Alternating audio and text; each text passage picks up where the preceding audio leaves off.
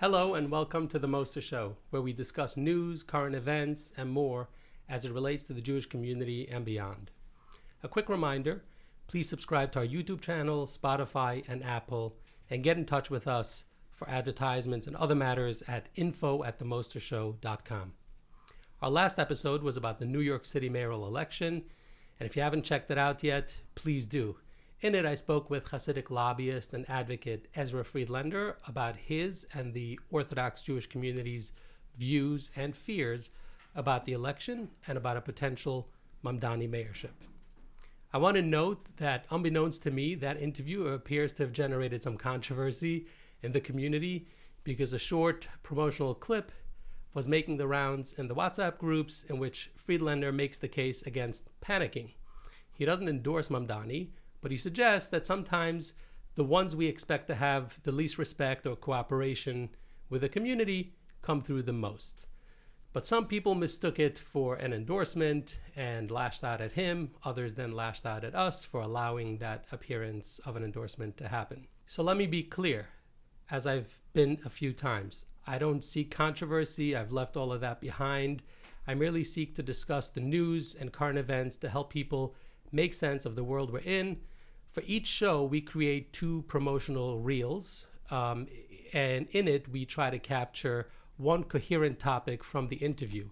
It happens to be that with Friedlander, he describes himself often as a contrarian several times in the interview, so both his promotional reels are a bit controversial. In one, he urged against branding Congressman Jerry Nadler as an anti-Semite, and in the other, he urged against panicking about a Mamdani mayorship. I've said enough about that, but why don't you check out the entire episode and judge for yourself? At the time, I also promised to do more episodes on the topic of the mayoral race, and today I will be discussing that and much, much more with my guest, Emma Jo Morris. Emma Jo is best known for her role in reporting on the Hunter Biden laptop while she was at the New York Post. That propelled her to fame, and her pinned tweet or X post to this day is a video of her testimony before Congress on the role that social media platforms played in quashing that story so as to benefit the Joe Biden candidacy. But this show isn't about those kinds of topics and politics. What brings Emma Jo to our show? Well, Emma Jo is actually Jewish, and her partner grew up Orthodox. Plus, Emma Jo and I have some history. It all began in 2022 when I was running Yafed, and I got an email from a Breitbart reporter asking me to comment about my position on teaching kids in yeshivas about sex and diverse people, which was code for LGBT. The reporter was, of course, Emma Jo. She had moved from the New York Post to Breitbart. I was, of course, furious. I denied it and I lashed out at her. But Emma Jo came armed with a video of a panel discussion I participated in where one of the panelists made that suggestion and I was seen nodding along. Her story ended up reading as follows. The New York Times devoted a section of its report to quotes from a group of formerly Orthodox Jews advocating for yeshiva reform called Yafed, founded and run by Naftuli Moster. Yafed describes itself as being committed to improving secular education in Haredi and Hasidic schools and yeshivas because every child has a right to learn. Yafed's website claims a basic education, quote, a basic education should consist of English, math, science, social studies, and other required subjects, adding, quote, we want children to receive a minimum standard of education in the schools they currently attend. The story goes on to say, but a clip posted on Twitter from a May 24 panel called, quote, Let My People Learn, hosted by Yafed, shows a stretched definition of minimum standard of education to include, quote, a sound sex education and knowledge of diversity.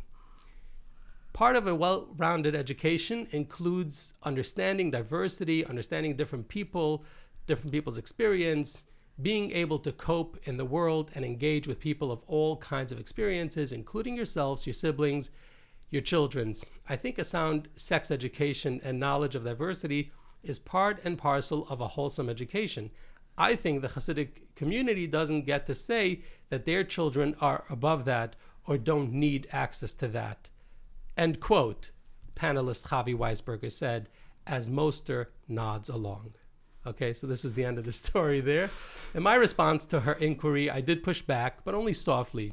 And here's what she wrote in her story about it. Reached by Breitbart asking whether Yafet believes a standard education ought to include, quote, a sound sex education and knowledge of diversity, Moster distanced himself from Weisberger's comments, claiming Yafet did not host the panel, despite a flyer posted on Yafet's Facebook page clearly stating it hosted the panel, and reiterated that Yafet doesn't advocate for teaching anything that is explicitly objectionable to Orthodox Judaism, but supports whatever the law mandates children learn.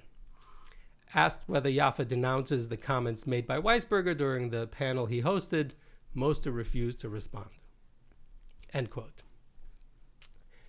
So what Emma didn't know at the time was that I wasn't just mad at her, I was actually mad at myself. I had not supported those things, and I was actually frustrated that our cause attracted people who did.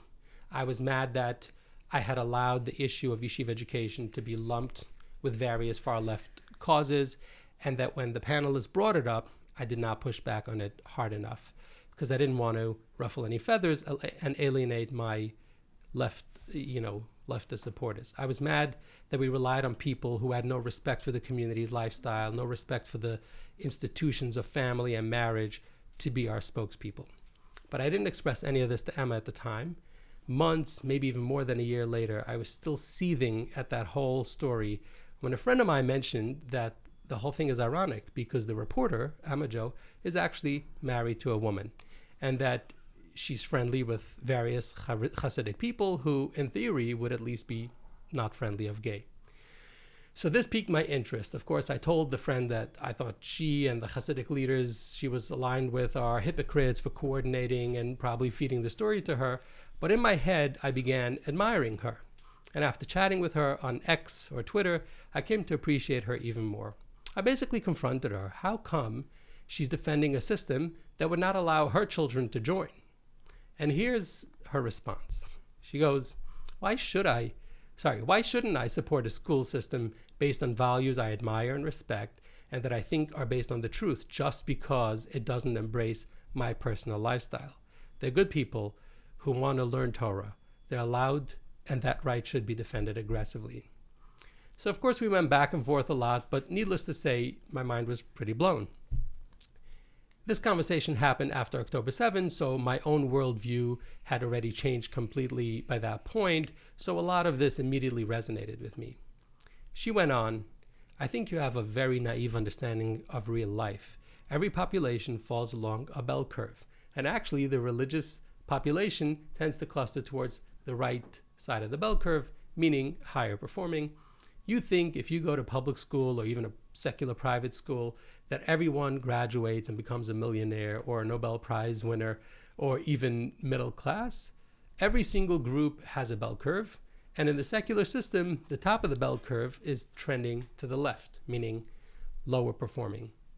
At least in the community, everyone is taken care of and looked out for, and no one is putting off having a family or a future because they're freaked out about economic prospects. You're actually much more likely to be okay in a community and systems like that. She goes on, look at Colombia. Do those look like smart people to you? Wise, well-educated, cultured, fit to enter the workforce? Please, those quote elite students couldn't hold a job at a Burger King, but they can be gay and everyone will pat them on the back, okay? End quote. So when I was ready to come out and acknowledge my past mistakes about my advocacy, I publicly credited her without naming her in my interview on 1840 with David Beshefkin. I shared the interview with Emma Jo, and she told me that she'd already gotten it from a few people. We continued schmoozing for a bit, and then she proposed to come on this podcast, and I enthusiastically agreed. So, hello, Emma Jo. Wow. Welcome to the show. Thank you so much for having me. Wow, what an arc. And I was reminiscing as you were relaying it. And God, what a funny thing. But I tend to try not to be surprised. Things can sometimes have strange ways of working out. Yes, indeed. I would love to share. I mean, I don't know if you care or whatever, but I would love to share my side of that whole saga. I would love because to hear. You know, first of all, I don't know that it's been totally ever expressed how I got involved in this, obviously, as I'm sure you can imagine. If your guests don't know me, I'm not religious. I never was. I'm not Orthodox, clearly. And I would have no place in this conversation. So I would love to get into kind of how that all happened. And it hadn't been outlined. I don't even know if I've shared it with you. But the way that all went down was basically like, so I have, it's not that I'm not a total alien. You know, I have made contact with the Orthodox community in various capacities. Probably my biggest and one of my most influential mentors in my life, especially in my adolescence, was my Rebbitzin in Montreal. Mm-hmm. And obviously Orthodox, Chabad. And I got to know her and her family, and that was really like my first kind of foray into the Orthodox world. And I so admired them, you know, and they taught me so much that I hadn't learned in school or in my culture. And it ended up shaping my worldview and probably the trajectory of my life based on the values that I learned from them. I loved them. And because I always had then from there that sensitivity toward the community and admiration for the community, I had friends throughout my life, you know, who were observant or Orthodox, you know, and I know them, you know, I don't have to like be raised in it to know them. Mm-hmm. So the New York Times publishes this story, the first one. I think you were in it. Yeah, the first one. Yeah, that was what that Breitbart one was addressing. I couldn't remember if it was whatever in the series, but I read that and I was very upset with it because what I read as the subtext was this is a community of child abusers. Mm-hmm. And I don't know if that was your intention as somebody informing the writer or if the writer was making her own assumptions. It seemed to be that she, you know, after I looked more into it, she was really taking her creative liberty in that story that I don't attribute to you or any of her sources, frankly. Mm-hmm. But anyway, I read it and I was like, this is appalling. This is horrible. And I just kind of tweeted. And as you mentioned, you know, I have a pretty intense following based on my reporting from the Post. And I tweeted and I was like, the New York Times just published this like atrocious thing. Mm-hmm. And it's all lies. And I can't even pinpoint exactly what yet. But I'm feeling extreme rage about it. And I'm expressing that right now. So you came across the New York Times reporting organically on your own? Of course. Yeah, it was the front page of the New York Times. Yeah, I mean, it was kind of. I get it. Yeah, it was kind of public. Yeah. And obviously, I read the Times every day. Oh, wow. Part of my role as an editor, of course. Okay. Yeah, of course. I mean, listen, as much as odious as they are, they do set the agenda for news, right? So, yeah, part of my job, obviously, and to this day, basically, I read it every day. Wow. So I read this thing, and it was like disgusting, and obviously, I have friends in the community who were really upset by it and worried about it. And so I just kind of rage tweet this thread being like, this mm-hmm. is wrong. This is horrible. This isn't fair. Total misrepresentation. Mm-hmm. And I guess like it kind of circulated in like Jewish Twitter. Mm-hmm. And all of a sudden I got these DMs from people being like, and obviously it says in my thing that I'm a reporter, and it's like, I actually wasn't a reporter, but whatever, a journalist. And I'm like, and they start DMing me like, oh, I know somebody who spoke to them and it got ignored, or I know somebody who spoke to them and they mm-hmm. misrepresented what they said. Mm-hmm. And I started getting like a couple of these things hitting my DMs. Right. And at first, like I thought, oh, I'll write a column like blasting her. Mm-hmm. And then I got these DMs and I was like, oh, like, hold on, maybe this isn't just me like sounding off. Maybe there is a story here about intentional mm-hmm. malpractice by the Times. Mm-hmm. And that was actually what had, you know, like gotten me into this. Was I was like, wait, there's a story here. The story is that the Times did a blatant hit job and I have like a trail of bodies here. Mm-hmm. And so inevitably, you know how the Jewish community is, inevitably you reach out to one or two, make contact, you know, I come in peace, and then they're like, oh yeah, I know this guy who spoke to them too, or I know this person who was reached for comment and it was never published, and this chain begins. Mm-hmm. And I just started kind of following every lead, and then before long I had sort of pieced together the shadow of the story. Mm-hmm. And that was what I had published. And obviously, I reached you for comment, and I reached everybody for comment. I reached the that was so funny. I reached the Times, and I was like, hello. I have like this list of 7 people who you spoke to, and I have all these emails that were sent back and forth that never made it into the story or whatever, and they sent back this like incoherent 17-page email on background or off the record. You're wrong. And they start to try to muscle me out of my point, like trying to shake my certainty of my point. And I read it. I'm a little surprised. Can I just interject? Yeah, please. Why did the New York Times care what a Breitbart reporter Oh, the New York doing? Times cares about Breitbart. They do. That's actually interesting. Yeah, they do. Yeah, they do. Breitbart it's funny because Breitbart never gets the credit it deserves. This is true with right-wing media, although it's starting to now that right-wing media elected a president. But, again. No, they definitely care. And not only do they care, like they were having me interact with their like head of PR. Wow. And I was just like, so yeah, she sends me back this like 15-page thing, not literally, but a very long email trying to kind of insert doubt. But it was like one of those things where if you like read it, I remember this day, and I was talking to my editor a bit about it. You read it closely and you realize that it's like not English. You know what I mean? And it's like, wait a second, this doesn't actually say anything. This doesn't say anything. And I was like, all right. And they had put nothing on the record. I wrote back like, would you like to put anything on the record? Like, I'm proceeding. This makes no sense. And they didn't. And that's all. And I'm curious, this is just a little bit more technical question about journalism. Yeah. You would honor their request to be off the record? Of course. Yes, really? Of course. Yes, of course. No, because I've had instances with reporters where they didn't. Well, those reporters clearly don't care about their own reputation. No, seriously. Like, I mean, imagine if you... Just checking. On the record, I mean, this is just... Maybe I'm old school. Yeah. Contrary to how you might feel. I actually do take the role very seriously and ethics about it. Breitbart is an opinion, is a conservative opinion outlet. There is no mystery where I am. Right. You can read my Twitter. You can read the homepage. It's very much, we are right wing. I am right wing. I am conservative, and I'm the editor. There's no like, I don't know.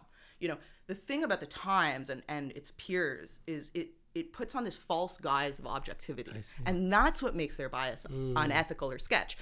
Breitbart is like, we don't have that. We're like, no. We're very right wing. We're very conservative. We're pro Trump. We're activists. And that's what we are. The Times is activists, but they lie about it. I see. So, but that said, the Breitbart is totally in line actually with journalistic ethics because of that. And that said, keeping off the record is sacred. It's like you violate a source like that. Right. Nobody is ever going to work with you, and also you're gross. So, if I may, I have to come to the defense of the New York Times here for a bit because yes, they sort of did it at my request. I pitched the story from the beginning. I worked with them very closely for close to 3 years, I think. Obviously, COVID interrupted the whole process, and I will say, I'll push back a little bit because. Just because you spoke to someone in a story doesn't mean you're going to quote every single person. If you feel like it, you could. But journalism, this is true for the New York Times and Breitbart and everything in between. They don't necessarily have to quote every single person, especially if it feels repetitive and so forth. And I'll tell you one more thing. Please. Naftuli Moster was not quoted in that story. Okay. In follow-up, the New York Times it was like a bit of a series, so to speak. In the main big story, front page above the fold, I wasn't quoted, and neither was anyone officially with Yafet. In fact, I don't think the word Yafet was mentioned except in a description of a photo caption of me, which I think was either only in print or only online. Other than that, there was no mention of Yafet.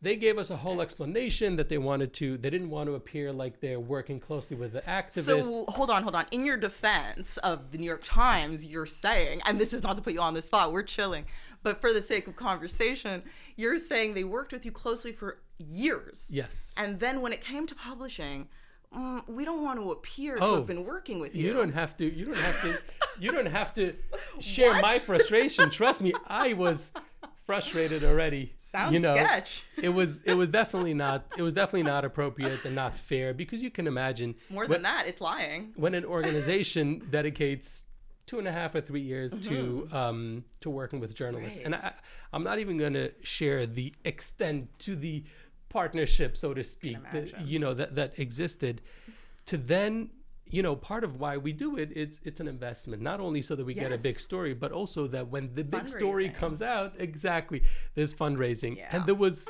none of that. It was like, damn, for real, you didn't even make money off of it? Well, we did our part, but, and also I left Yafed literally shortly after. Okay, just like within a month. I announced it earlier, but that was just the timing. So, okay, it's very interesting to hear your perspective. I'm curious though. I think you did more than one story. Yeah, right? I did like 5. Okay, I was like I was on the warpath, and the thing was, I actually come in peace, except for leftist activism. And you actually were really interesting to me.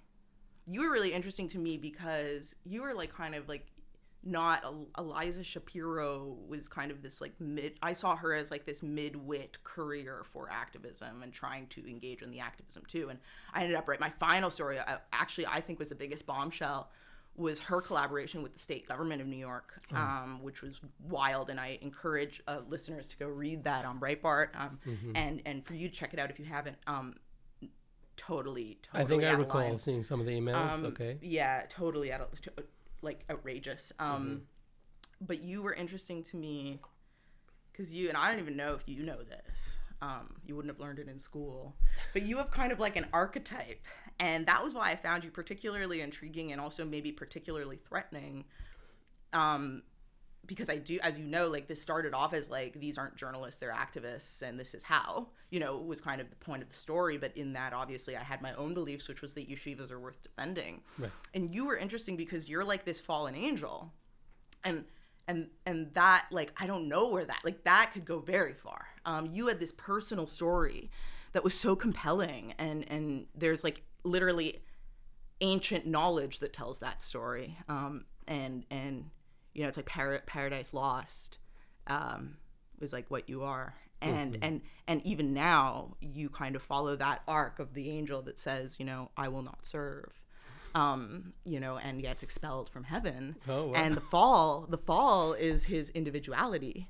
And then the individuality and rebellion, and then that becomes Satan. However, only because his individuality becomes unmoored from love.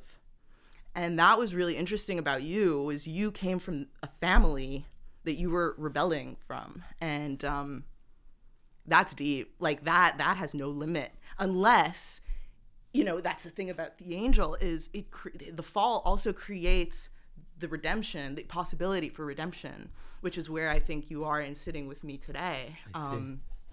It's like there's two ways. And, in the story, in Milton's story, he says, I would rather reign in hell than serve in heaven. And that was what I was afraid of. Wow. You were right when you introduced this, that I know nothing about what you're talking about. Look it up. We didn't learn this. Yeah. Beautiful painting by Cabanel of the fallen angel. I encourage you to look at it. It's actually one of my favorite paintings, and that's your archetype, and it's super fascinating and super dangerous. Wow. It's funny that you had this deep sort of philosophical well, I was raised in the Western canon. Right. Amazing. When you did one of your follow-up stories, like especially the one, like you said, the last one was about the sort of what you call sort of collaboration or whatever. It involved a lot of like foiling emails. FOIA. Did you do it? People helped you, right? As I did the story, obviously there's the friends you make along the way. Yeah. And they really were the friends you make along the way. They're great. Like, these guys are great. And that's the thing that I also find kind of funny about the like anger or like resistance or whatever, the assumption that religious people, Hasidic people, the most religious people you want to choose, that they have some sort of contempt for outsiders. It's like so not at all true, at least not in my experience. And like I'm like girls with like all these people now, and so we've stayed in touch and we're cool, and obviously I had followed the story and done like multiple things on it, and whatever. There's a guy, I guess a community organizer or activist who did the FOIA and like hit me up and was like, I have like 800 pages of FOIA emails. You want to look? And I was like, okay. And I started looking, and it was funny because he actually came to me kind of not sure like how to like think about it or whatever. And granted, he does do some writing, but anyway, I looked at it and I saw what I wrote, and that's the story that I was referring to in the last answer. I was like watching them being like, hey, I know you've been sick last week. I'm so sorry. I hope you're feeling better. It's me from the New York Times. Like talking to these government like functionaries, like as if they're best pals. And I'm like, that's inappropriate. Well, they were best pals, actually. Correct. No, I don't just mean because I could tell. No. I don't just mean because there's an alliance between the Times and government, whatever. There's that, generally speaking. Yeah. But without going into details right now, but there are sometimes a journalist becomes a spokesperson for the New York State Education Department, Sure, or vice versa. Sure. So, same in DC. That happens all the time. Yeah, it happens a lot. So okay. Okay. Yeah, no, not to say that there's like, I don't think that they like went out and, these things are natural, and which is a big part of the corruption, I think, in the journalism industry, which is they are people with social lives. And inevitably, like you see this in DC all the time, because everybody in DC is either a journalist or works at the government. Yeah.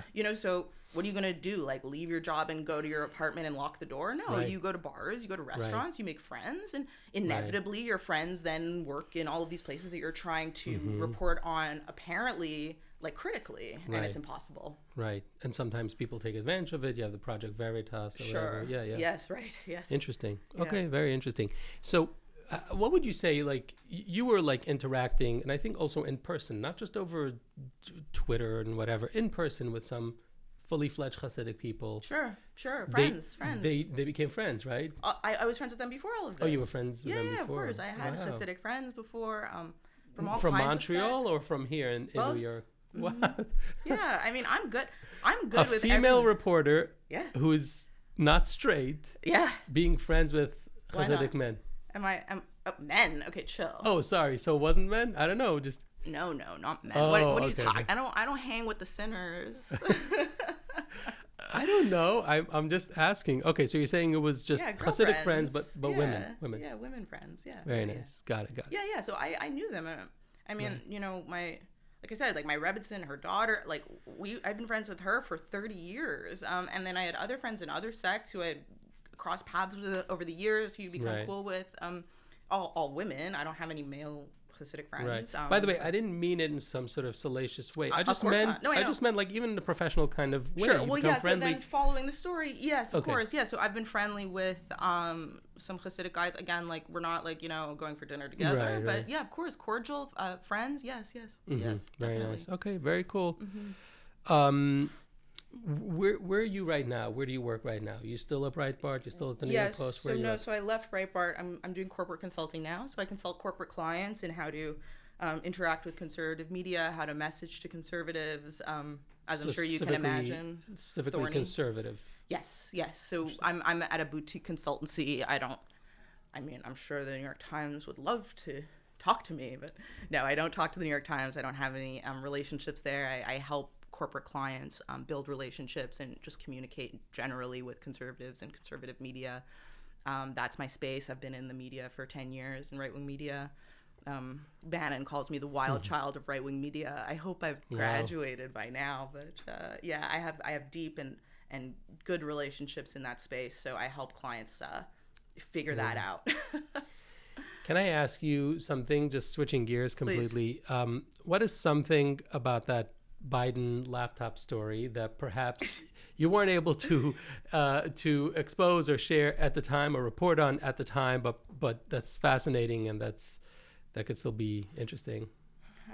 Well, I think everything has been reported. I mean, the laptop itself is actually like online. Like other people, obviously, there's a million copies of it, and other people have it now, and there's a group that has like literally uploaded it to the internet, the entire thing. But maybe one thing that isn't maybe known about my experience reporting it was, that whole story is like crazy and funny, but I actually did struggle a lot with that.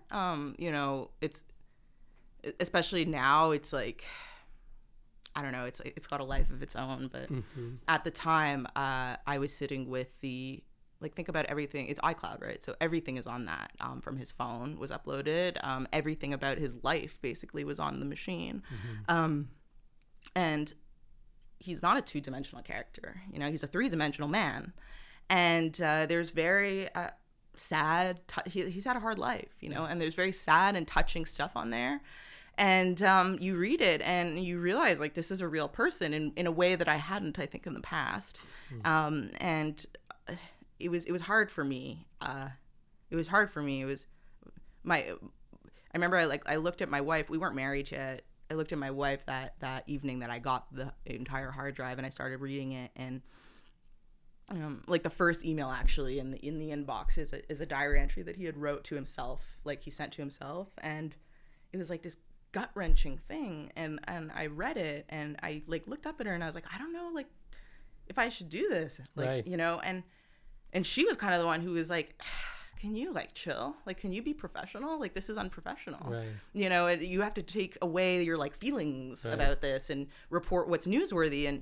And she encouraged me, but, like, honestly, I mean, it was very difficult. That is a real person, and I took no pleasure. I mean, his guts were splayed, and that was part of the reason why this had all happened, right? That I had the laptop in the first place.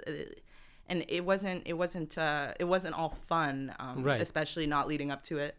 I discussed some of that as well in some of my interviews with Frida Wiesel and David Bashevkin.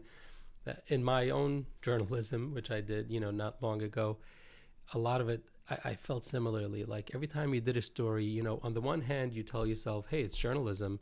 It's for the greater good. You got to expose. But then it's like, I don't know, they're people, you know, we all have our things. Yeah. And, but I think in your case, this guy was running for president, and there was some references that seemed to refer to the president, the person who will be our president. If you actually look at the reporting, it's only all in regarding him. Like, it only ties back. There's nothing Hunter did, like, just isolated. It's all, like, with regard to Joe Biden. Who posted the photos of him? Like, not us. Not you. Okay. You know, like I said, like, there was multiple copies of it circulating. We were actually extremely cautious about that, about not crossing into inappropriate or not relevant territory. Right. And obviously there's a lot of salacious material on the laptop. I don't need to get into it, but we did not go there at all. It was all about business, and it was all business in relation to Biden. Right. Okay, very good. So again, let's switch gears. I guess you kind of told us a little bit already about your Jewish upbringing, and currently, what would you consider yourself? I don't know. I mean, it's like a funny thing. It's a funny place to be in. I struggle with this. Maybe it's like in my existential struggle and my existential dread. This question, but it's like, because you live in liberal Brooklyn, am I right? Yes, in Clinton Hill. Yes, I live in Clinton Hill. I obviously live a liberal lifestyle, and although not really. I mean, I've been married for like 5 years and have a daughter, but not too libertine. But anyway, I struggle with that because, you know, I don't operate under any impression that denominations that this, like, well, I was just gonna say that this lifestyle that my affliction has me leading fits in Orthodox Judaism. However, Reform Judaism is just, to me, not Judaism personally. You know, it's my opinion. Right. So it's like I'm in this position where I'm like, I'm sinning, and I know I am, but I'm not going to walk around and be like, I'm not. Right. So it puts you in, like, this very strange kind of category. I'm still figuring it out. I mean, I haven't been to shul in many years, unfortunately, honestly. And even on Rosh Hashanah Yom Kippur? So I'll go in Montreal or in Miami, where my in-laws live. But in New York, I haven't, and I'm figuring it out because. But hold on, New York would be the most welcoming of that. But you're saying it's also too liberal. Yeah, but I don't want to pray where they're going to be welcoming. Right. That's funny. You know, like, to me, it's like, what are you going to do? Like, take out a guitar, I don't know what to think about those places. I see. So you're looking for an difficult authentically spot. Jewish experience. Correct. Where you can enter. So it's a little bit of a contradiction. Yeah, it's like, I don't want to go to any synagogue that will have me. It's so funny. It's so funny. I have some questions about that, actually. Please. I wanted to ask you, how do you sort of square your conservative outlook with being gay? And I'm also curious to know, these are 3 questions. Yeah. I'm curious to know how you feel about trans. Okay. And then I'm also curious to know, because this is a topic that was relevant to the Orthodox Jewish community and the Haredi community, how do you feel about conversion therapy? Oh, wow. Fascinating questions. So let's start from the beginning. Okay. So how do I square my conservative values with my orientation? Correct. Okay. So interesting. So I don't see my orientation as a central axis of my identity. I see my values as probably that main axis, and the most relevant element of who I am, my values, my upbringing, my background, my worldview. Your role as a mother, Sure, but none of that really touches on my orientation. My orientation is something that I see as kind of this immutable characteristic, and God knows, I never prayed for, this wiring, I suppose. It just is what it is, so I see it as like an immutable characteristic the same way like my eye color is, and I grappled with it, for a long time, and it just is like, all right, I have 2 choices. I could live a lie, or I could live in alignment, and living out of alignment was going to make me insane. So I opted to not do that. And then in that case, it's like, okay, so what? Right. It doesn't dictate anything about my life outside of that, which feels secondary. It's like, how many decisions do you make on a day-to-day basis based on you being blonde? Right. Is kind of how I feel about it. Obviously, it's a little bit more deep than that, right. But I'm oversimplifying. But right, like going into a shul kind of becomes problematic. Sure, and there's other things. Listen, of course there's other things, but God, it's like, I think that the people who make their political ideology and their orientation, if it is a non-heterosexual orientation, I think that those people who can't separate them are the people who require validation in that identity, in that element of their identity. And I'm just not I don't bring it up, and I don't really care. For me, I'm kind of past it, and I don't really need anybody to tell me that it's okay. You know what I mean? It's just too personal. So that's why it's like, I've always been conservative. I think that conservative frameworks and values create the most organized and prosperous society and free society. And, that's just what I'm about. And I think that my sexuality or orientation doesn't really cross into that conversation. Your second question about how I feel about trans, love that question. Thank you for giving me the opportunity to say that, I think that, I guess, adults should do what they want to do, or whatever. But I have nothing in common with them. That's the truth. I never understood why we were all in the together. Same group for LGBT, something. It's all they decided, I know what the reason is, and I've actually written extensively about this at Breitbart too, which is fundraising. That's the reason. But in terms of my real personal experience, I have never encountered anything that they're talking about. I don't think that gender has anything to do with my experience. In fact, frankly, I think that the philosophy of transgenderism undermines and negates the homosexual experience. The homosexual experience relies on gender and sex being fixed. Right. If I could have a husband and all he had to do is put on a wig or something, maybe my life would be easier, but unfortunately that's not the case. It matters. Sex matters. Right. And when I say that, I mean in terms of male, female. Biological. That matters very much. Yeah. Okay. So, I don't understand why we're connected or in a community, and I guess I wish them well. And then your third question was... how do you feel about conversion therapy? Oh, conversion therapy. Oh, God. Horrible.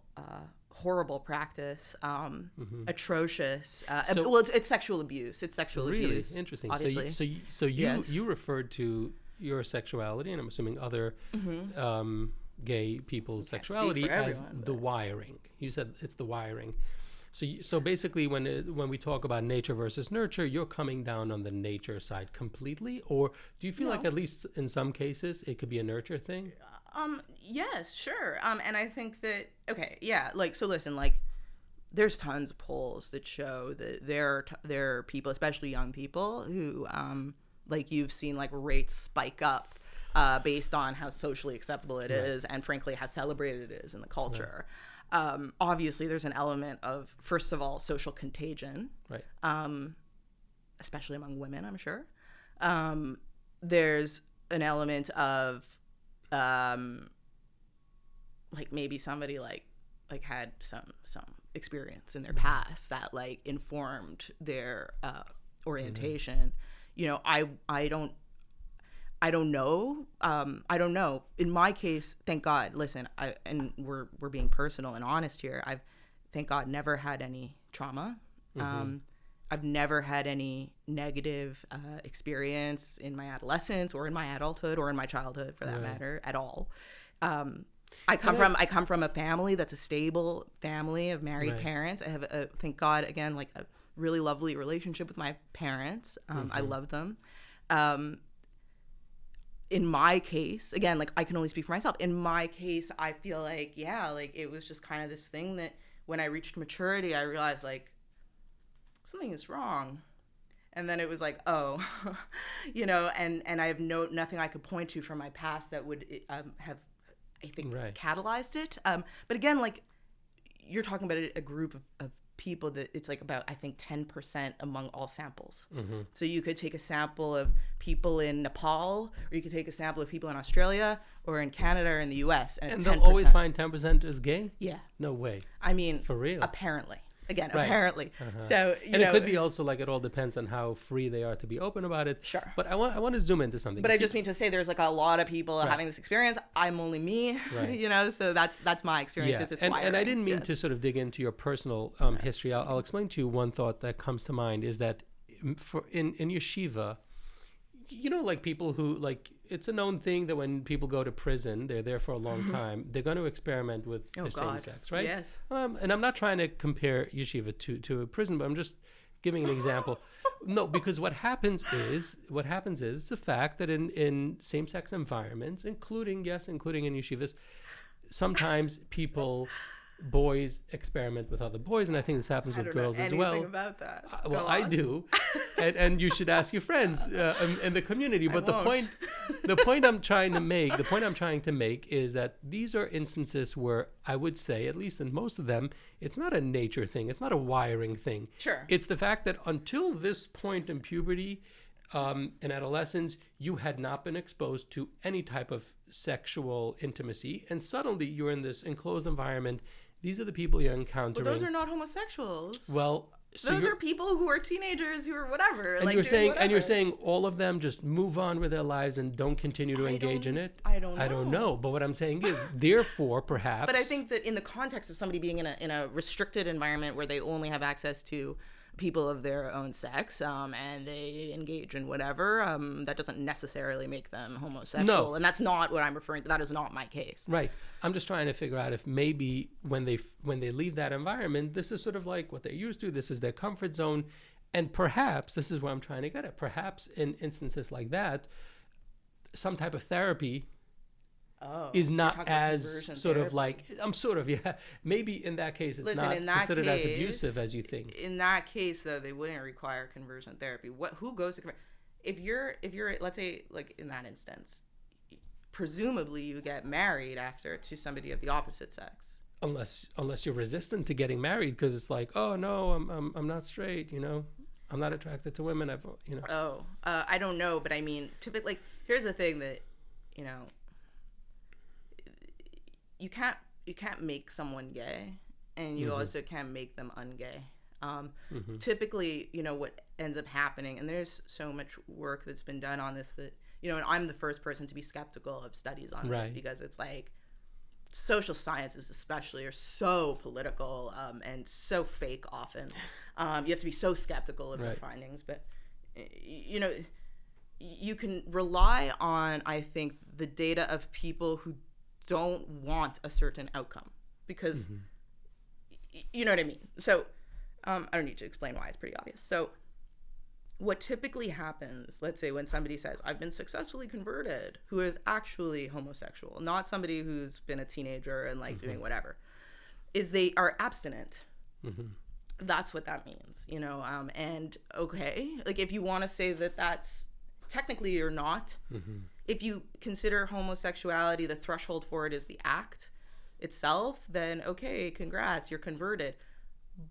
But are there, I mean, imagine if there were cases of successful conversion where all of a sudden I'm going on a date with a guy and I want to marry him, or I want to be with him. I have romantic feelings for him. I even feel an emotional connection with him that's romantic. Forget everything else.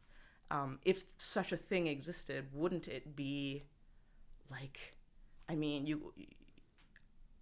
everybody would want to do it. Maybe. The reason why conversion therapy is fringe is precisely because it's pseudoscience and sexual abuse.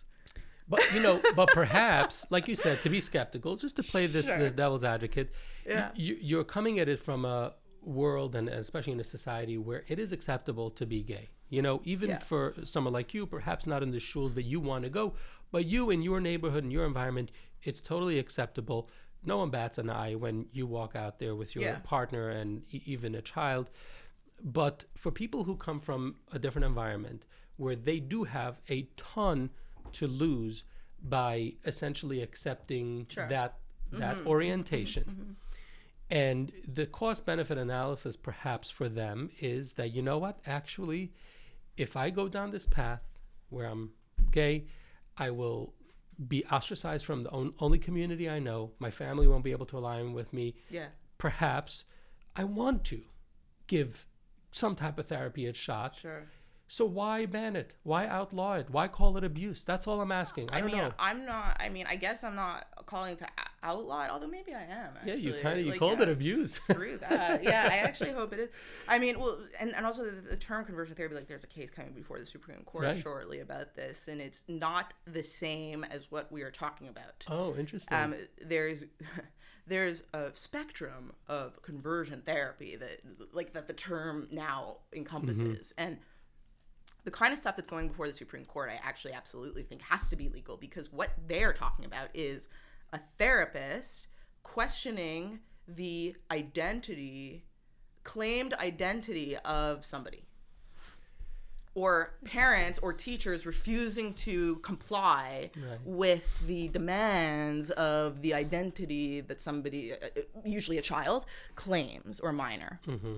Obviously this is talking about trans stuff, you know, where activists are trying to make it that you must affirm, immediately affirm. Exactly. That's not what we're talking about. I'm talking about like. So that's what's coming before the Supreme Court? Yes. Okay, so you see, I wasn't clear about that. Yeah, so there's distinctions, and there's different things that like we could be talking about. What I'm talking about, that I'm calling pseudoscience and sexual abuse, which I firmly am, is the like old school conversion therapy, where they're like, what, they use electrical rods, in what some cases, like not, I don't know, really? Electrical rods, but yeah, physical abuse is a part of it.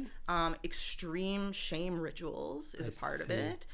They basically what it is, again, like in the traditional old school conversion therapy definition, is instilling enough shame into the individual where every time they think about the desire or try to engage, and by the way, homosexuality, let me be clear for the sake of this conversation, is not just physical desire.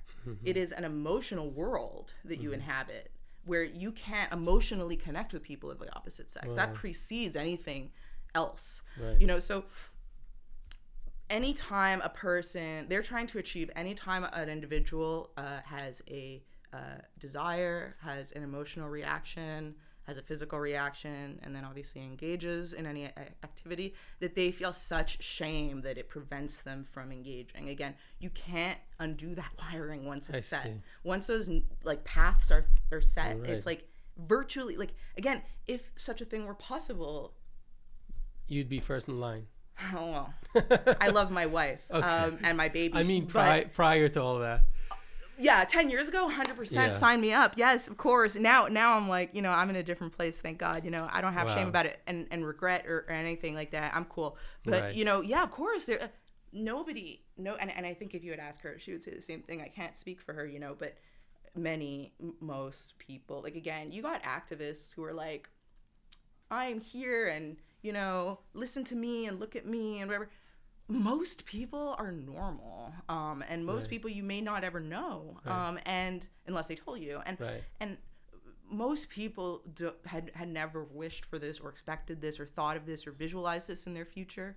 It's just kind of what it is. Wow. It's so crazy because this question came to me while I was on the bus and I had to handwrite it. Okay. And now I think that took up most of our interview. So let's try to move forward. Okay. And I'm sorry that we really took a detour over there. I warned you that the conversation could get long on any particular topic and we had to prioritize. And I hope the audience doesn't mind that we discussed it. It is a topic that's relevant to the community, and again, there've been all kinds of battles about it. So look, you know, we just have to talk about it. Okay, let's dive into the upcoming mayoral election. So, you live in Brooklyn. That's in New York City.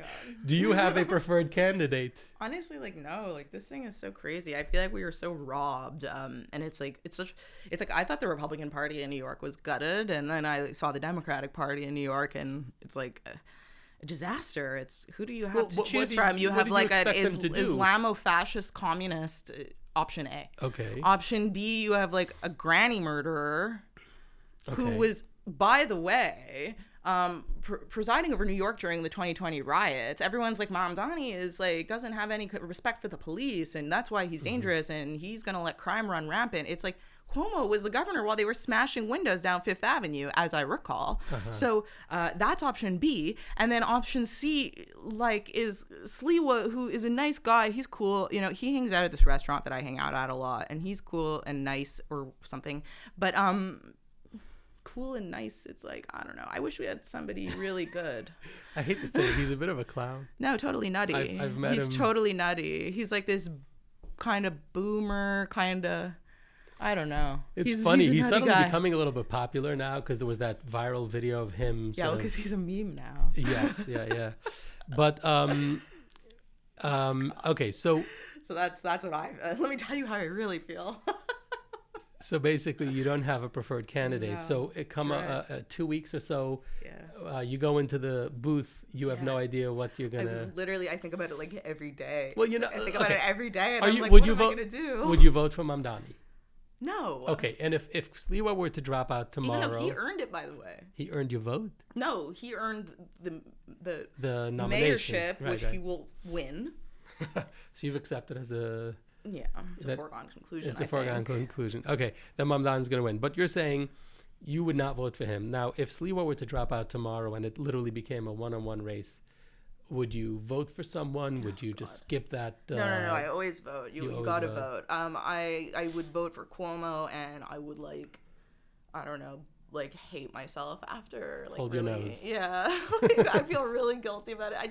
I just think that the Mamdani thing is just propelling us down a path that I don't want to go down, you know, and everyone, like, you know, I know conservatives, like, love to dunk on New York and be like, now they'll learn. No, It's like, this is the financial capital of the world. I don't want to, like, learn. I don't want to be part of, like, this, like, experiment. Yeah, social experiment where we all, like, get to try communism. Right. It's like, I'm good. I just... It's like I'm kind of like anyone but Mamdani, even though ironically I actually respect him. Right.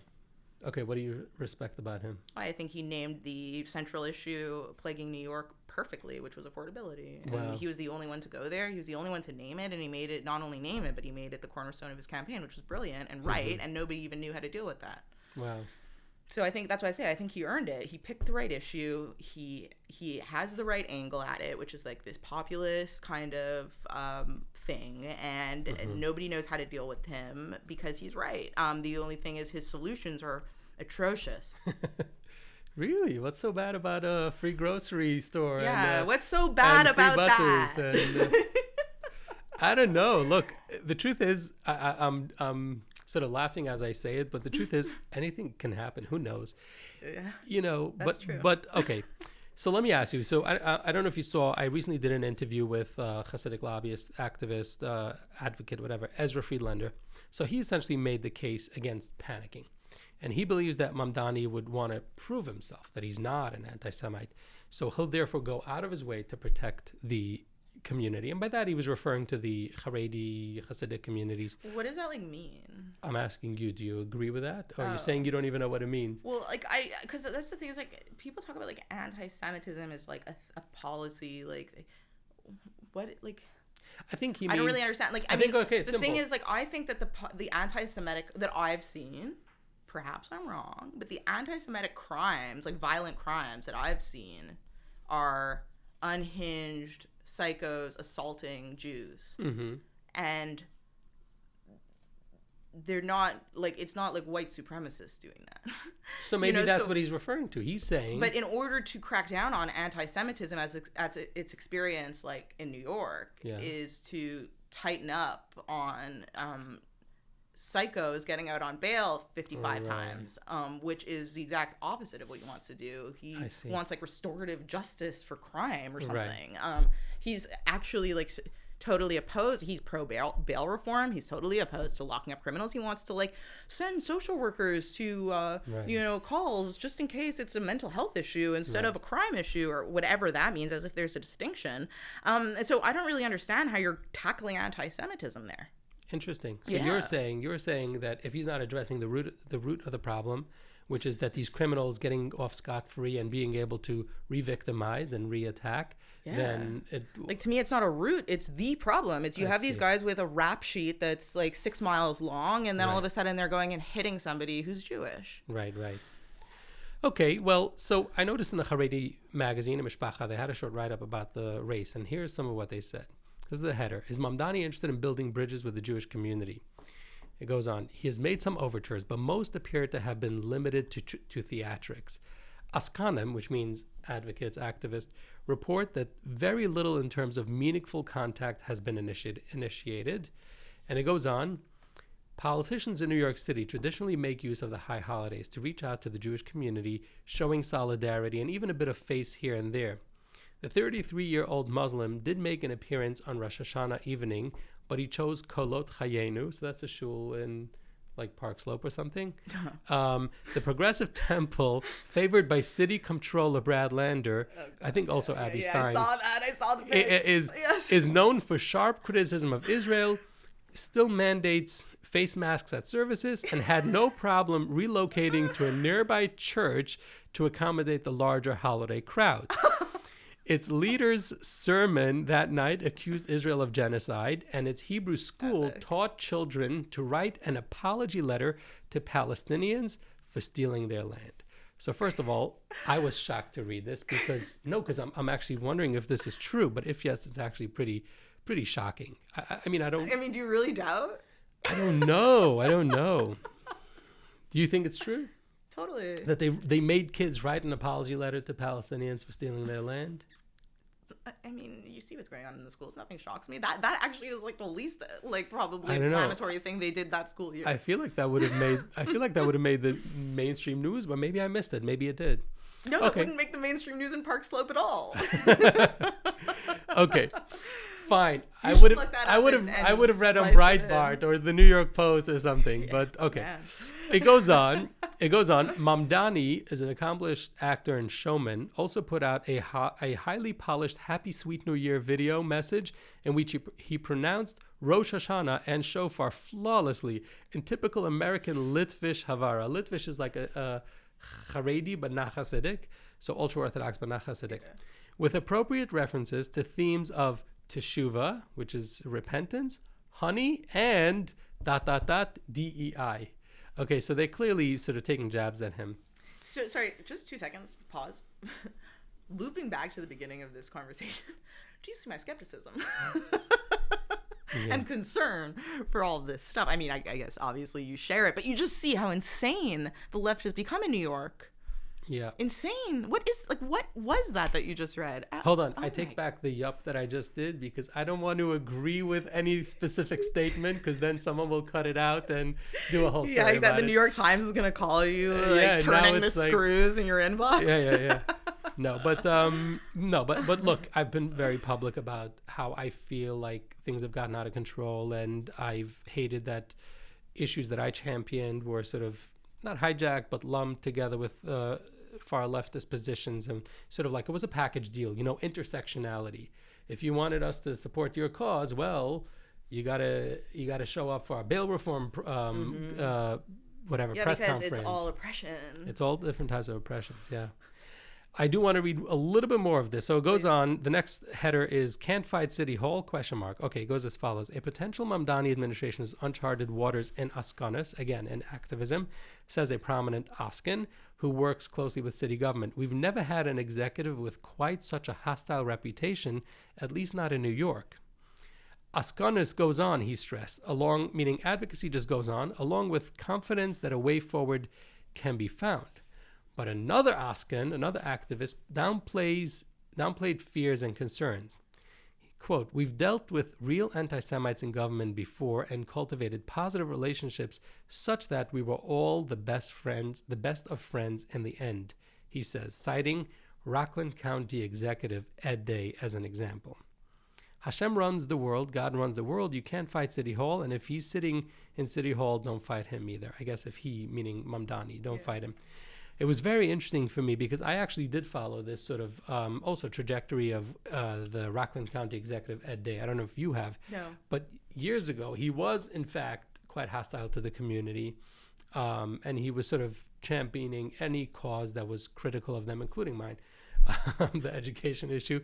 And I've noticed like this sort of relatively sudden shift and where he became close to them to the point where they would literally campaign for his reelection. So I think that was very interesting, and it's interesting to read and to see where the community stands on it. But I'm just curious, what would you say to the community? I guess you don't even know who you're voting for, so you have no advice for anyone. Yeah, I mean, not necessarily, because I'm like one individual, and I have different considerations than like them. We have different we have actually totally different situations for the most part.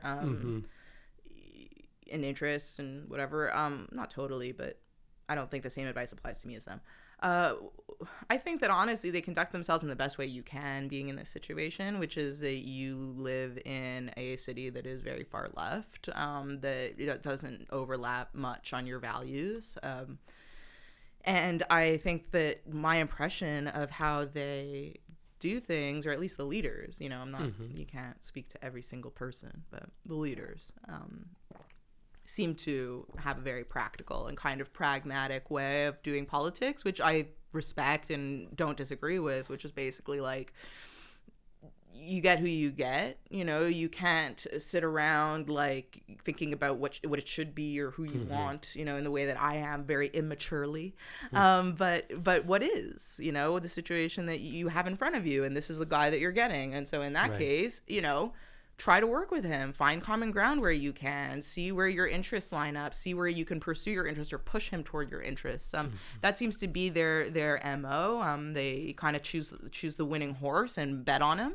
And I think that that's probably the best way to go about it. It's practical politics. Right. It actually brings back like historical instances of the Jews basically, sucking up, so to speak, to the powerful czar or something like that, because we're a helpless minority, and if we're not friendly with them, we can suffer consequences, kind of thing. I mean, I don't see it that way. I don't think that they see themselves as helpless and vulnerable. Really? No. I mean, I actually have the opposite impression, in conversations that I've had even with some of the political leaders in various communities. It's like, we're going to do us, we're going to do us regardless of what they say or what they want. And this definitely came up in conversation over the course of the yeshiva reporting, where it was like, I was dooming, like, what are you going to do or whatever. And they were like, we're going to operate anyway and figure it out. We always do, and we have for thousands of years. That's and, so true. That seems to me to be their attitude, is like, we're not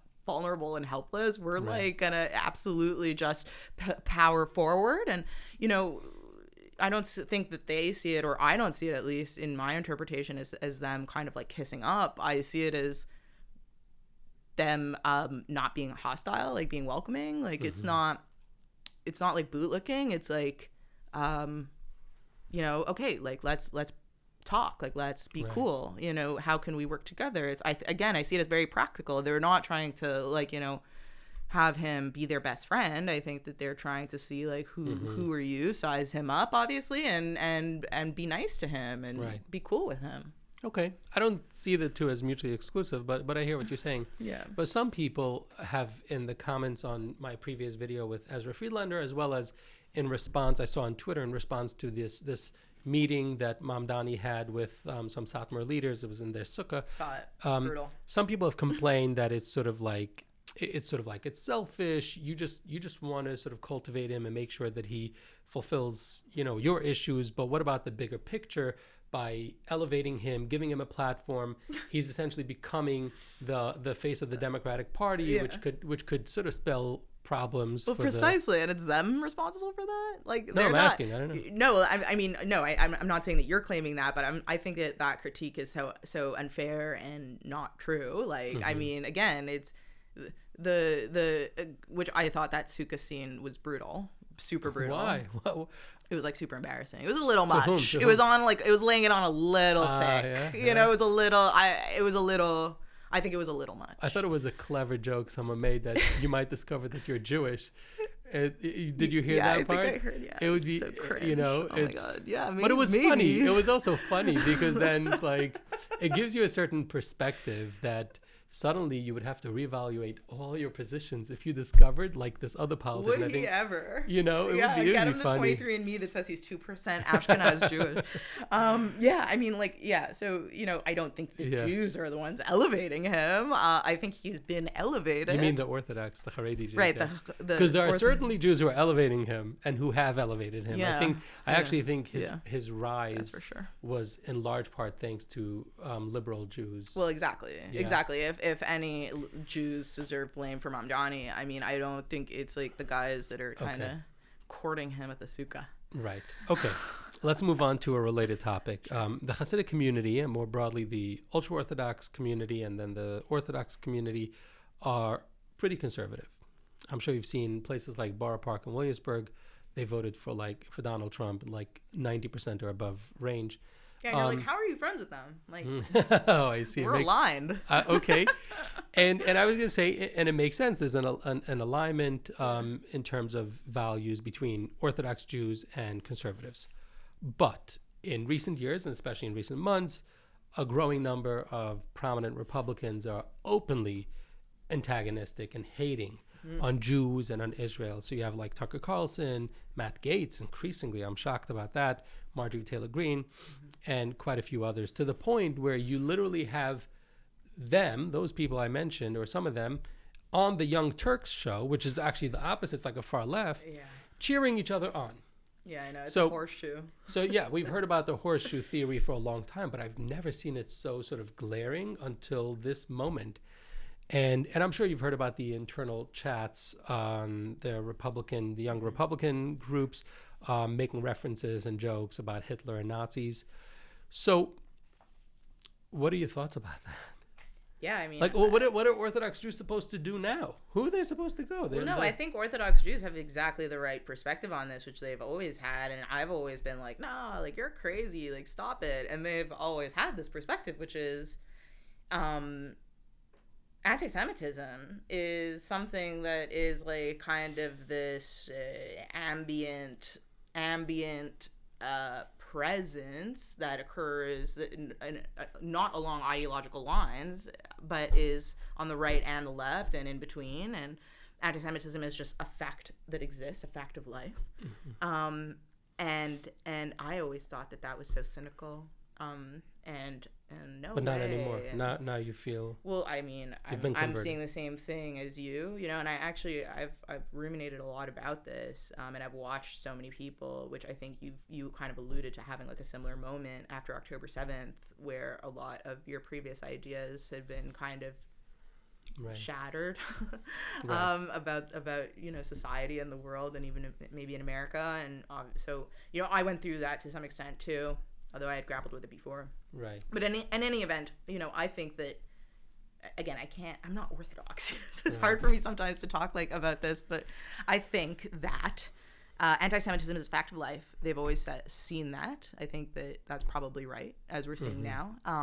And however, anti-Semitism also is a canary in the coal mine, which is also a fact about it, which is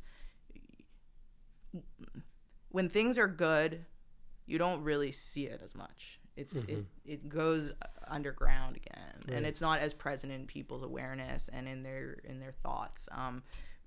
Anti-Semitism tends to occur when things are going bad, and then all of a sudden we're looking for a red herring or somebody to blame. Right.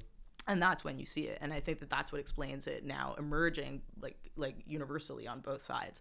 And so I think, to answer your question, you have to just kind of take it as it cancels each other out. Both the right and the left have anti-Semites. I don't think that the entire right or the entire left is anti-Semitic. I think you have a percentage of people who just are, because that's the way God made the world or whatever. And then that said, how do we move away from the anti-Semitic darkness is by having people have a relatively prosperous life.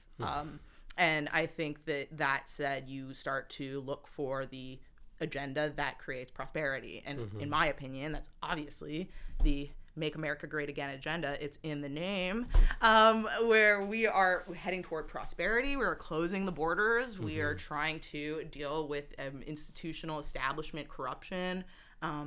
And that will hopefully create an environment where people are focused on their bag and their family and their happiness and fulfillment, and they're not thinking about Jews. You get Jew talk. You get Jews talk when people are hurting, when inflation is high, when things are coming apart. Wow. I think. Makes sense. Not to excuse it. It's horrific and disgusting and demonic. But I think that it comes, there tends to be a pattern of when it comes up. Yeah. I wanted to talk about so many other things, including about Charlie Kirk, as it relates to the Orthodox community. It was devastating to a lot of people. And then it was doubly devastating. First, the fact that he was killed, assassinated. A lot of people had some type of affinity for him, even people who didn't know him very well, including myself. And I don't come from the right. I really liked him. He had certain charisma and kind of thing we need more of. And so seeing him assassinated was just one of the biggest shocks of my life. Totally.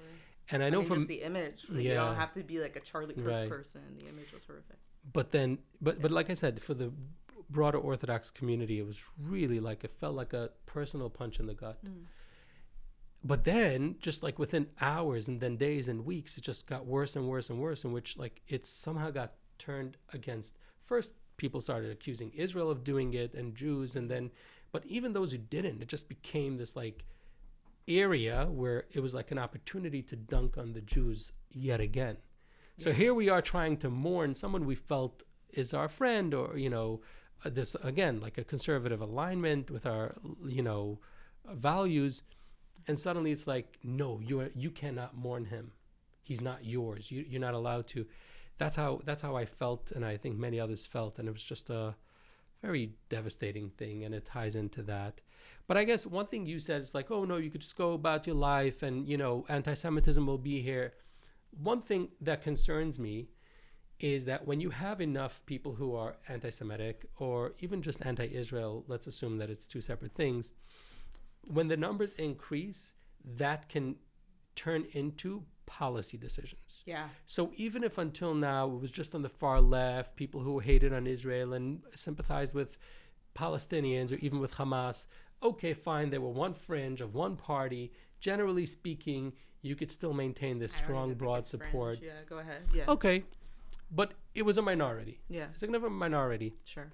But now that you're also having it on the right, to the point where, like I said, they're cheering each other on. And, on Twitter, you see so much of it. And they're like, anytime there's an anti-Israel post by some type of influencer, you have like tens and tens of thousands of likes and retweets and all of that stuff. And it's being amplified by people. Meanwhile, the opposite is not true, right? Pro-Israel content tends to perform much poorer. And my point is that eventually decision makers, policymakers will have no choice but to accept this and sort of cater to those people. And it brings me to another point.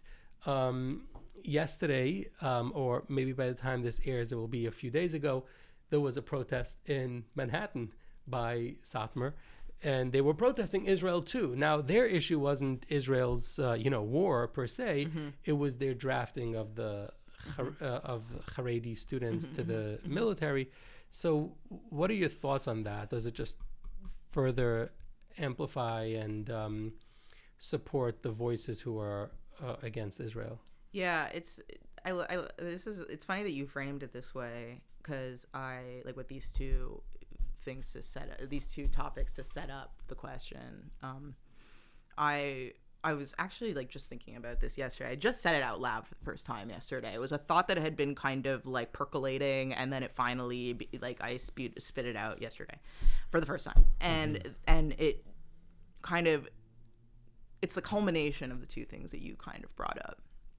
And I don't know if this is answering your question, but you brought me here and I have a thought about it, so I'm just going to tell it to you and you can respond. And then I would love to talk about the protest yesterday separately. But so I grew up in a Zionist environment. Not only was it a Zionist environment, but anti-Zionism was something that was like fringe and also like equated with terror sympathy. Like nobody was anti-Zionist. Even when I was in Protestant school, there was no anti-Zionism, which is where I went. I went to a non-Jewish high school. So and the Zionism that I was taught, that I always believed in, that I always thought we were all advocating for, was Jewish self-determination via Jewish statehood. That, when the world would turn on Jews, that they had a safe haven and a safe place to go. And that they had autonomy and like the ability to, autonomy, let's say political autonomy. And independence. And that was what I was always told, and I always agreed with that. And I was always like, obviously. And that, to me, not believing in that, to me, is anti-Semitic, because what is the alternative if you don't believe in it? Then you do believe that Jews ought to be at the whims of others, and that they don't deserve political independence or political sovereignty or protection, physical protection. So yeah, that's anti-Semitic, duh. And then, so I was a Zionist, and I was always taught that Israel was that place. Israel was the thing that made that a reality for us. And then obviously you support Israel. And in the last 2 years, so we have October 7th, where thousands of people are slaughtered, hundreds are taken hostage, Jews. Horrific. Okay. So then, in the preceding 2 years after that, we were told that first of all, that those people would be avenged. And second of all, that we were going to secure Israel from the threat, i.e. eliminate Hamas. Right. Those were basically the two promises that were made to us by by Israel. And obviously by everybody in the diaspora was a desire. Like, okay, well, that was bad. Let's make sure that threat is eliminated now. Right. So 2 years pass. We go to this war. More Jews are killed in that war, obviously. Soldiers are killed in that war. The diaspora suffers in that war also, because what you just said, like, it's anti-Semitism has exploded to the extent that it's like awkward to talk about Zionism now, and sometimes even to reveal Jewish identity. New York has had it, but Montreal is insane. The protests, the Palestinian protests have created chaos in Montreal, especially in Jewish neighborhoods. So you've had this like horrible outcome for diaspora Jews, and you've had this obviously tough outcome in Israel, where you have sons that are getting killed in Gaza. But again, if we're doing this for the objective of securing Jewish safety and sovereignty, okay, every country pays that price. And then you have the peace deal. The peace deal, I don't want to put like scare quotes, which is, nobody's talking about it this way, but it absolutely is the contours of a two-state solution. Mm-hmm. It walks like a two-state solution, it talks like a two-state solution, and it looks like a two-state solution, but they're not calling it that right now because they don't want to freak you out. But it is. I mean, a security force, that's an army. Right.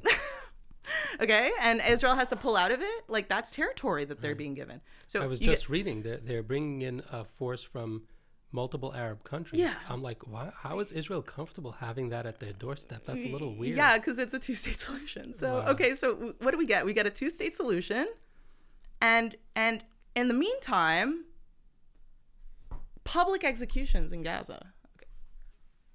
I was told the last 2 years were for degrading and eliminating Hamas.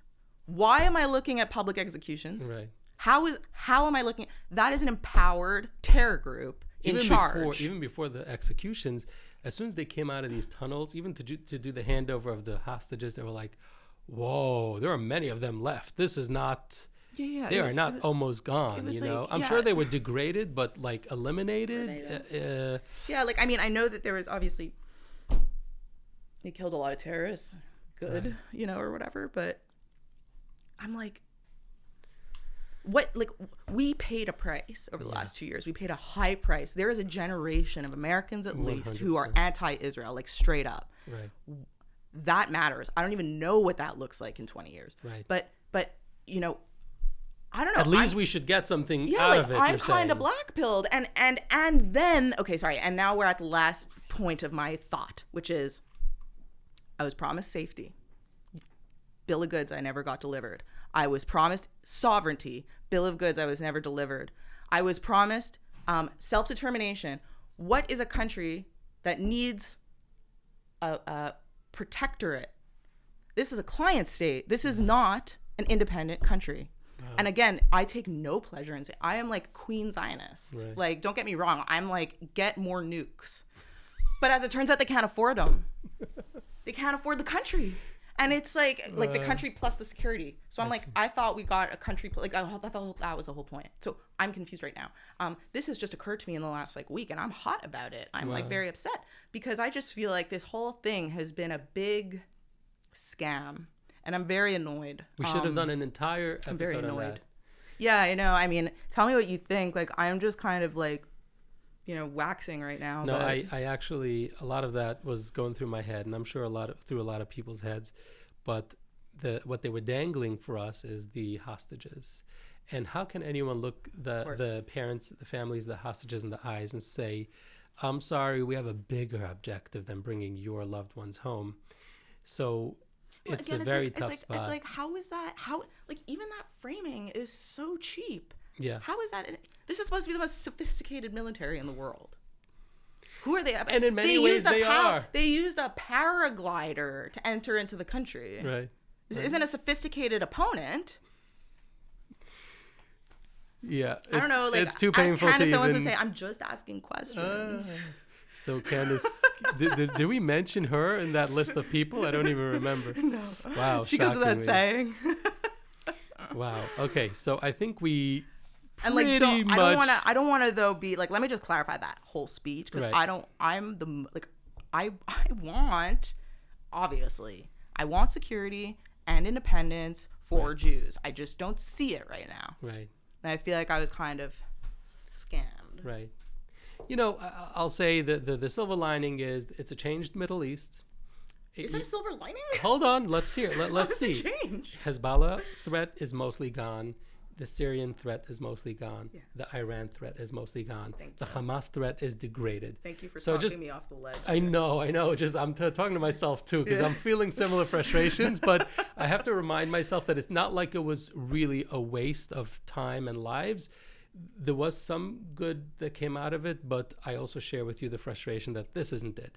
I was expecting a place squeaky clean of any Hamas militants. Yeah. Squeaky clean. And as the victims deserved. Right. including the Gazans now who are subject to Right, the biggest victims in many ways. Okay, so I think last thing you had a thought or information about this protest that the Satmars had yesterday. Well, that's just, I've been on a journey with that. I would hear that, they make claims that, Israel causes sometimes more problems for Jews, or maybe their claim is it always causes more problems for Jews than it solves. Mm-hmm.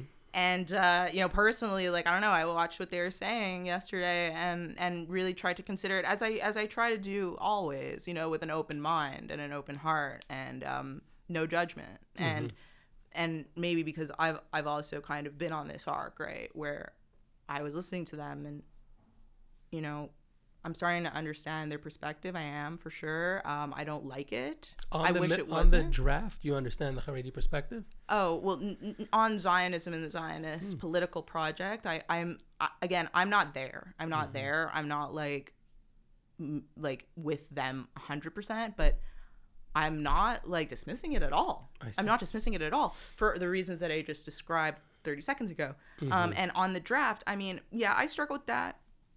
I think if you don't want to join a draft of a country, you should leave. And I know that my friend Yakovov on Twitter, I don't know if he uses his real name in public, so I won't say it, has talked about this. And even I found what he said very compelling, where he said, it's a holy land and it's ours and no government can tell us to leave. If we don't like their policy, no, that's not that's not right. And I actually see that point too. So I really, it's a very interesting and complicated issue. And I have sympathy for both sides of it. In both Israel, sides are Jews, in Israel, the issue of secular education and the draft are often tied. Yes. It's very similar. Well, the IDF is the secularizing experience, I think, is a concern. Aside from the principle, which is that they just don't want to support the state. They don't believe in it. Yeah, I can see why it's a concern, ish, I guess. But aren't there religious kind of platoons? Yeah, so they now have those. But anyway, it doesn't really matter. But I listen, their whole thing about how like I said, Israel is. I don't know. I hope that this turns around, and I don't lose faith in Israel and its cleverness and its ability to persevere. It really has this amazing ability to keep going, right. And they've proven that. And I hope that this change, that there's a change here in the trajectory. But the trajectory right now is I'm starting to receive the criticism from not left-wing or right-wing political non-Jewish criticism, but I mean the criticism from within our community, the Jewish community. I'm beginning to start to, and in good faith, receive it with some open-mindedness that I didn't previously have. Interesting. Yeah. Well, one thing, for me, a little bit of hope I have is that ultimately sanity prevails. And by that I mean it's easy for people to talk in sort of theory about what Israel should do vis-a-vis their neighbors and all of that stuff. But ultimately, and I've talked about this in my previous interviews, when the maternal and the parental instincts kick in, people have a better understanding of it. So I'm not so concerned when people talk about you're losing the young generation. Now they're going to become the old generation. They're going to become the policymakers. My sense is that at least most of them basically grow out of it just because their natural instincts of protecting kick in, and then they're now I see what they're dealing with. I wouldn't want me to walk down the stairs and suddenly a car bomb to blow up next to me. So because I'm walking my kid, I'm pushing a stroller. Yeah. I think that for a lot of people, eventually that sort of sanity kicks in. But why do you assume that? There's no car bombs in New York. They see this as an ethnic blood feud from 3,000 miles away. But you don't need to actually experience it, I think, because sometimes just fear is a universal thing that we all have. Yeah. And the uncertainty and unexpectedness of terror is something that every parent, like I said, as they're holding their kid, as they're pushing their stroller, feels it deep inside. So my theory is that eventually, it prevails, but maybe it's wishful thinking. I hope so. I don't know. The criticism that I'm seeing is we have a client state, and what is it doing for us? What is it providing for the U.S.? I hear. Well, on that very uplifting note. No. can't. We can't end like that. No. Okay. I refuse. Sorry. What did we miss? We got to extend the reservation of the studio or something. We could talk about that. So a funny thing about the rally, which is not private information. You knew it actually when I tried to be like, I have the funniest thing to tell you, and you knew it. So the person, and this is probably gonna end up on a sad note, maybe that's similar to the one we were just about to. My friend Mitchell is the publicist for that event yesterday, and I mean, I think they should retain him. So this guy is my friend. And I made the referral for this project, and he is like the best in the game. He is the best in the game, and does he represent an entity or an event? I don't understand that though. He was retained just to get press and publicity for this event. I see. On a one-time engagement, not on an ongoing. I think I get his email e-blasts on other topics too. That's so like funny that you see. Goes to show how great he is. You know, he really does have everybody on tap. I see. And he's so clever and he's so smart. And honestly, like, good luck to the IDF to have to deal with him in a narrative competition. Yeah, he's so funny. And like, he was calling me yesterday from the rally. He called me once. He texted me a few times, and he called me. He's like, someone has gone rogue. They're talking to the press about the Talmud. He was like, I have to go deal with this. And then he's like, and he's talking about how he's doing with the press. And he's like, according to the Jewish faith in the, which I learned this morning. And he's telling me about how he's dealing with the press. And it's just such a funny marriage. But yeah, you know, listen, he loves them. He's a Catholic. He loves them. He is having the best time with them. He thinks they're like cool and chill, and like, you know, he told me, he's like, these people are such a pleasure to deal with. They're so classy. They're so much more chill and less annoying than dealing with secular Jews and dealing. Wow. And what an endorsement. Yeah, there's a new fan, and he's very strong. And listen, like, apparently it went super well. Apparently it was popping, and I saw a lot of footage online too. Seems like it got some coverage. And listen, I'm never like, oh, I disagree with you, or I don't like your point. I hope that nobody sees it. Like, I'm not like that. You know, obviously I'm here talking about how I've kind of come around after many years on some of the stuff that they're talking about, and I'm very happy for them. But yeah, they've got really good talent behind them on publicity, and it's a funny thing. I don't know that you would have seen that maybe some years ago. Right. Oh, well. So with that note, thank you, Emma Jo, for joining me. Thank you. It was a real pleasure. Thank you. Thank you all for watching. If you would like to pitch a topic or a guest for the show, please email us at info@themostershow.com. And if you would like to advertise your business, your products, and your services, please email us also at info@themostershow.com. Again, please like, share, and comment on the videos, and of course, subscribe to our YouTube channel and other platforms. Thank you, and have a great day.